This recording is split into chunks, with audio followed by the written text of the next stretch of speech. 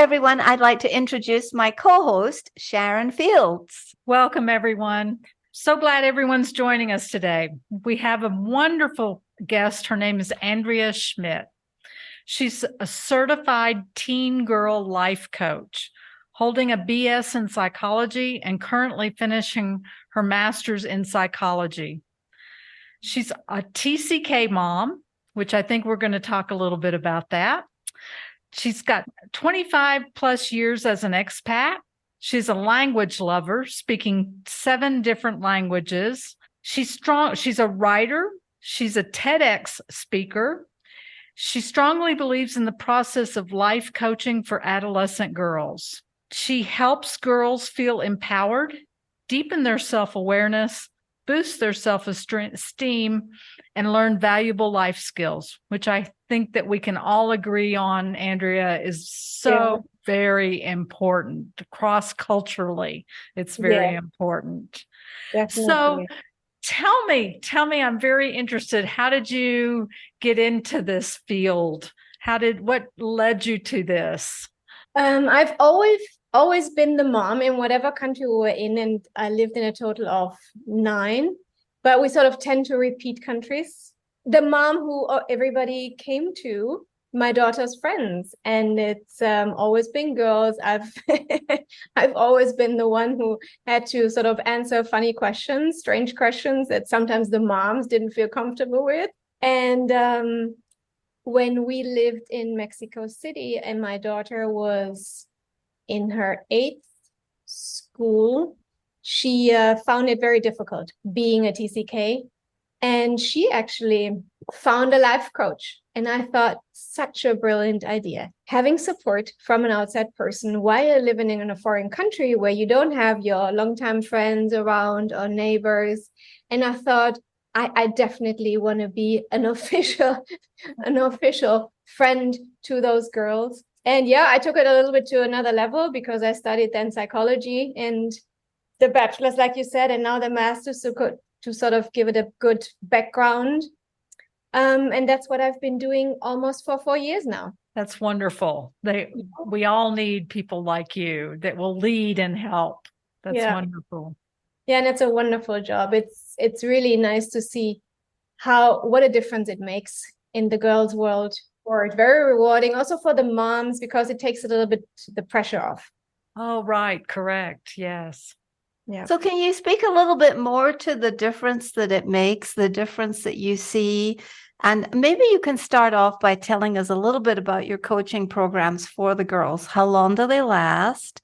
Mm-hmm. How much time do you spend with them? Do they have office hours that they have access to contact you if they have an emergency? And tell us a little bit about more how that works, because I'm guessing that our listeners are out there with possibly the same questions. So the sessions are 50 minutes, which is a great time span for the girls and for myself. You can get deep into topics they want to talk about. I normally like to work with coaching packages because as I work with underage girls, well, I also have young adults, but mostly girls under the age of 18. So I need to do the intake session with the mom, where she gives me all the background about the schools the girl attended, health issues, family issues, all the info. And then I have the sessions with the girls. And because they're underage, I bookmark the sessions. So during the last session, the mom comes in as well. Mostly, I'm saying the mom because it's mostly the mom, but I've had both parents or only the dad as well. So they come in for the last 20 minutes and we share what we've been doing.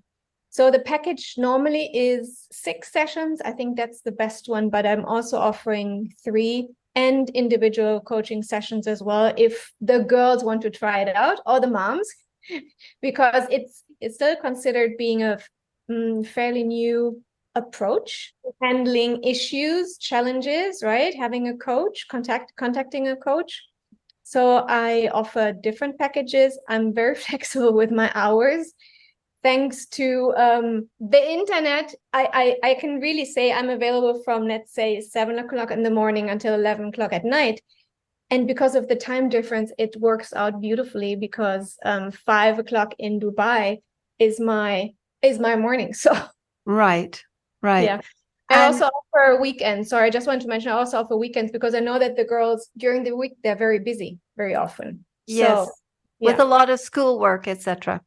exactly. Yeah. So I'm very flexible. I also understand when they call in and say that they need to finish a project for the next day and can we please reschedule?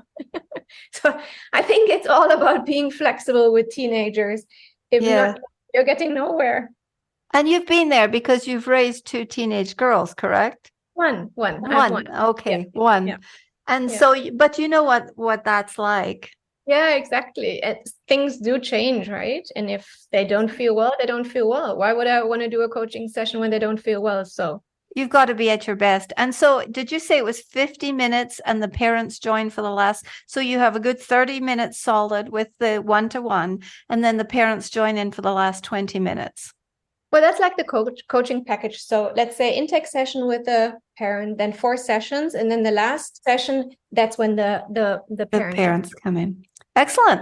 Thanks for clarifying that. I Well- think this probably is a really novel and new idea for many people. And I would say that I wish you'd been around when my daughter, Thanks. especially in our situation, we were in Saudi Arabia and our kids went away to boarding school, most of them, not everyone, but they left for boarding school at 15. And so there was a process in place, there was preparation. These kids were primed to go, mostly. Mhm. Not all of them were a good fit, as you can imagine. And we were very fortunate that our daughter pretty much survived and thrived, but that was not the case for all parents. And I so wish that that would have been something that I would have offered my daughter as extra support, because even though she had house parents and fantastic input from people who were used to international students, Mhm. having that extra container of coaching and someone who can ask better questions and direct the conversation would have been marvelous. I would have loved having you in our lives. And I don't know if you know that my daughter went to boarding school as well. Yes, I did know that. So we've been down that track. We've suffered that pain, right? Exactly. And you know what my daughter always said? I don't want anybody else to see me going to the health center. Yes. I'd rather have somebody from the outside. So she continued, which was That's great. a great solution. And what a great solution to have mental health in place and be considering mental health, especially yesterday, I think was Mental Health Day, right? And Today. is it today? Oh, not too late. Timely recording. Timely. Oh. Yes, this is a fabulous day to be doing this on, Sharon. Right? You're right. Special day, very special day. Yeah. Take credit for arranging that on the appropriate day. Yeah. Yeah, we have to say we did that on purpose. Andrea, how do you measure your success from these coachings? One measurement is time. I've had girls with me who have been long-term clients, and I'm saying long-term very proudly. They've been with me for over 2 years, one almost 3 years. And then, of course, feedback during the follow-up session. When I get the feedback from the girl, because the sessions are confidential, unless I see anything that's very worrisome, disturbing, I will contact the mom, but otherwise they're confidential. So the girl, we talk about beforehand what we share, what she wants to share with the mom. And very often that's exactly when she shares some extra stuff like what did she like during the coaching sessions, how it has helped her. And it's just a pleasure to hear what they say and how they feel. Very often it's this offering an open ear and a space for them to talk. When I had my coaching practice, that was the thing that was most evident, that people just really love the support. They love the opportunity to share in a safe environment. And sometimes it doesn't, you don't want it to border on the therapeutic. You want it to stay in the coaching lane, which is very different. Could you talk a little bit about how we balance that out between the coaching lane and the therapeutic lane? Can you speak to that? A little bit, yeah, because I make very clear that if I see any signs of anxiety or depression, I will encourage the parents to take the teen, take the daughter. I've had some boys as well, to a psychologist, to a therapist. Yes. When I went to my latter coaching school, we were taught that the difference between coaching and therapy is that in therapy, you were really being an archaeologist, but in coaching, you were being an architect. So Yeah. I think that's a very clear way of explaining the difference between them. And please, listeners, if you have a daughter or a son or a teenager who needs the support and who is being challenged in the TCK lane, please consider to reach out to Andrea or someone who can offer that calm, supportive environment. Can be very helpful. Definitely, definitely.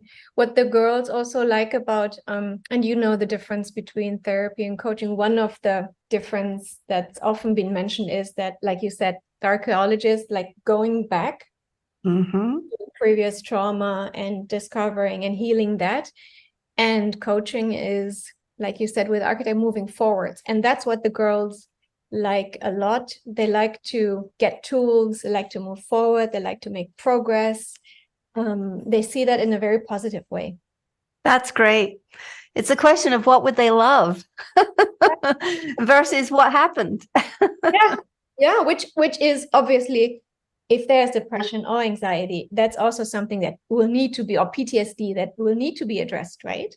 Yes, so that's excellent that there's both, and that now there's coaches and there's therapists, because there have been so many therapists in the field for so many years. So it's great that the coaching is kind of catching up there.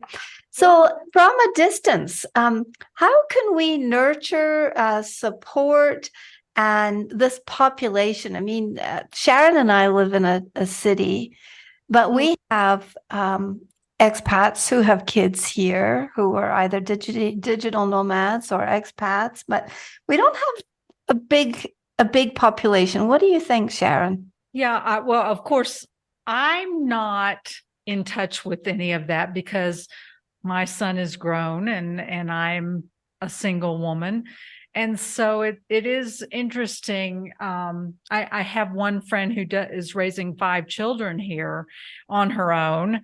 And so it is interesting to try to recognize it when we're out and about, to see people like that. But I think with our podcast, that's how we can reach more people, to let them know that there is help out there. And even if it's just to listen to one of our podcasts, they're not alone, and there is help out there for everyone, no matter what you're going through. And I think the community is growing, the community and the studies and the science is all growing right now. So what would you say are the best practices you see in building what I call the superpowers of living overseas, which is your intercultural competencies? What are some of the ways that you support girls in doing this? Number one, and number two, what do you see are the benefits for these young people? I think education about the lifestyle they're living is very important. Educating the kids about culture, what is below the surface, really talking to them how to approach living where they live, how to strike another one would be how to strike a balance between the culture in which they're living and maybe their home culture, wherever that might be, right? If it's a parent's passport country, maybe the parents are from 2 different countries. How are you going to integrate that? Model appropriate cultural behavior yourself, because as a parent, because we all know that the teenagers copy exactly how we behave, what we do. So being very conscious about that and encouraging friendships, I think, in the country you're in, but also trying to keep friendships or create friendships in maybe the passport countries or places where you've lived before. We had an earlier conversation today, and that was one of the things we talked about was if when you're returning home, this was a repatriation conversation. And upon turning home, how do you keep that balance of your overseas friends and your new friends? And how do you, how much time, attention, how much functionality do you give to in each case? Because all of us are being required to be different kinds of humans now. We don't just have our pals down the street. I'm lucky. I have my pal down the street right now, Sharon. But we don't always have that. Yeah, most of us don't. No, that's you're one lucky. You're the two of you are very lucky.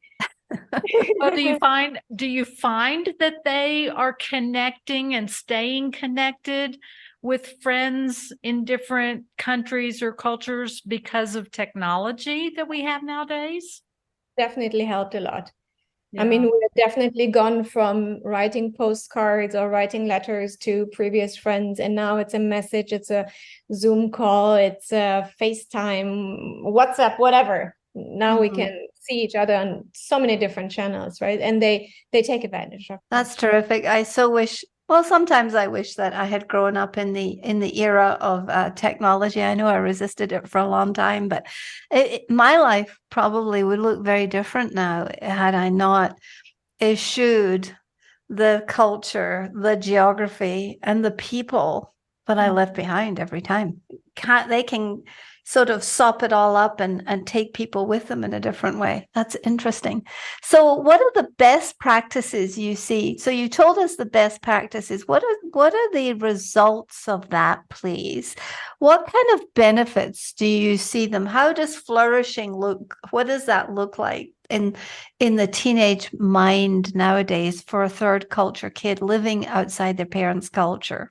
I think having friendships is a big issue, right? You've mentioned it before. In the teenage years, that's a big thing. You're trying to you're supposed to get away from the parents. Yes. You're supposed to slowly adult. So peers are getting more and more important. And then that's very hard when you move countries during the teenage years. So it's really striking the balance. Finding people on the ground where you live at the moment, encouraging them as parents to nurture friendships in the place they live, and at the same time, I'm repeating myself, right? But trying to find the balance with online friendships. And I think that this applies not only to the children and to our younger fellow globally mobile, but also it applies to us as parents and grandparents, doesn't it? I know what you asked also for the benefits. The benefits is that they're not feeling so alone, because especially in the beginning, right? If they arrive in a new place, like you said, same for us. When we arrive in a new place, normally there is no Sharon. Right. That's true. That's true. We really need to make an effort, and the sad truth is nobody will come for us. So we have to put ourselves out there and get active and curious, like where could we find and meet new people. So by having social media, all the different platforms, the kids very often feel the sense of belonging to their online friends, helping prepare them to be adults in a real world. Yeah, exactly. Yeah. And someone once described that to us in a call as being exceptional effort. That it takes intention and focus and time and courage, I would say, Definitely. and risk and vulnerability to put ourselves out there. I mean, even as adults, I think it sometimes requires most of these things. Of course, because we're out there, we're new. We're the new ones, right? The kids are the new ones. I had 3 girls moving off to university. It was not fun for them being the new ones again. Having been in high school for a while, and then it's university time. They were not happy. So also I explained to them that normally it takes like between 6 and 10 encounters, right? Until Yes. people recognize you and like, oh, you sat with me the other day. Oh, you just walked. Oh, this is the second time I see you here on my floor. Yes. Till they even recognize you and sort of acknowledge you. And then you have to make an effort of saying hi, being friendly, like taking it a step further. And that's Mhm. hard. That's like definitely getting out of your comfort zone. Yes, it is. And however, the benefits when we do it, whether Yeah. we're in our third chapter here or whether we're teenagers and we're 16 to 66, that human behavior and that intention alone makes a big difference. You see somebody from afar, don't look away. Just smile. Say hi. Just a two-letter word, and that can make all the difference. Excellent. In another call that we have had in the last week, someone had something called the smile factor that he practiced. And he said he would walk down the street and he would smile at people. Now, he said in some cultures, this is extremely weird and strange because in somewhere like Argentina, you do not smile at people you don't know because people think you're slightly bananas. But he said in most cultures, and he learned in Africa to click. Okay. Because they had clicking as part of their language and their communication. So tell me about how is language affecting these globally mobile third culture kids nowadays? Are you finding that they're happy and excited about having multiple languages, or does that become one of the stressors? In theory, they find it very interesting when they can say that they speak 3, 4, 5 languages, right? But if they move from country to country and they realize that they hadn't had school in French for 10 years, it gets really hard. It hurts. It hurts. It hurts. I always tell them, gonna be fine in 2-3 months. Just look ahead. You will be fine. You will need to sort of get adjusted to it again. Let's wait until if they start in September. By Christmas, you'll be fine. You'll be more than fine. But it always takes this adjustment phase of, it's not only the speaking, right? If the school is in another language, it's reading and writing and math and everything. Are you seeing that international schools are providing more support to young people now? Not enough. Honest answer. Sorry. Yes. No, that's what we're here for. We're here to be real. Yeah, no. And I think it's not, let's say, whoever makes a difference is normally a person. Of course, it helps if the schools have policies and rituals in place for new students, for incoming students. But a huge difference is from the teachers who have been there, who have lived that, who've had kids, who have experience with international students coming in for the school year, throughout the school year, and they just, nothing can like substitute a great teacher. The teacher can make all the difference. Yes, the teacher can. I noticed on Facebook the other day that my daughter's 9th grade English teacher left Saudi Aramco. Her husband had retired. It was time for them to leave, but she'd been there for maybe 15 to 20 years. I'm not sure. And I remember how bonded that class was and what a contribution she was to our family, even to this day. She taught Socratic seminars to the children, and they would sit in a circle and they would hold a Socratic seminar in 9th grade every day or every other day. And to this day, I am so grateful to her because she was one of the centering, balancing influences in our family's life, prepping these kids at 15, to fly away. And you remember her, you don't remember the school. Oh, I do remember the school. I worked at the school. Oh, okay, there you go. I worked part-time at the school, and I do remember the school very, very well. But she was one of the outstanding teachers. I can't say there was more than one. There was probably 3 or 4 that were very significant. But she was in the last and final year, and I think she really understood where the kids were, what they were facing. And I think that's why I think what you do is so phenomenal. It is. Thank you, Andrea. Oh, thank you for saying that. So what are your up and coming projects just to keep growing beautiful, wonderful women and throwing them out into the world? Exactly. And on Saturday, I'm going up to a boarding school in Canada and give some workshops to 7th, 8th, and 9th graders on culture in your classroom. Wonderful. Fabulous. Sharing the love all over the world. That's great. Are you Tell teaching us- them cultural competency? Well, tell us where our listeners can find you. All over the place. So old-fashioned email would be Andrea@globalgirlcoach. On Instagram and Facebook and LinkedIn, you can find me as well under Global Girl Coach. On all those channels, the one I'm most active on is Instagram, I must say. Okay, wonderful. And do you have a final message for our listeners who are perhaps mums and dads out there who are working cross-culturally and moving every few years? Do you have a message that you would like to send them? I think it's what you said before, to be aware that there is support around.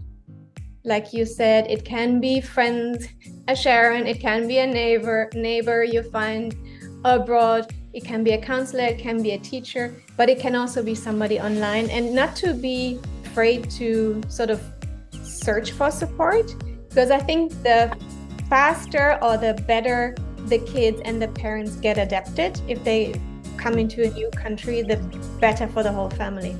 Thank you for those words. You're welcome. Thanks for having me. Well, Thank thank you.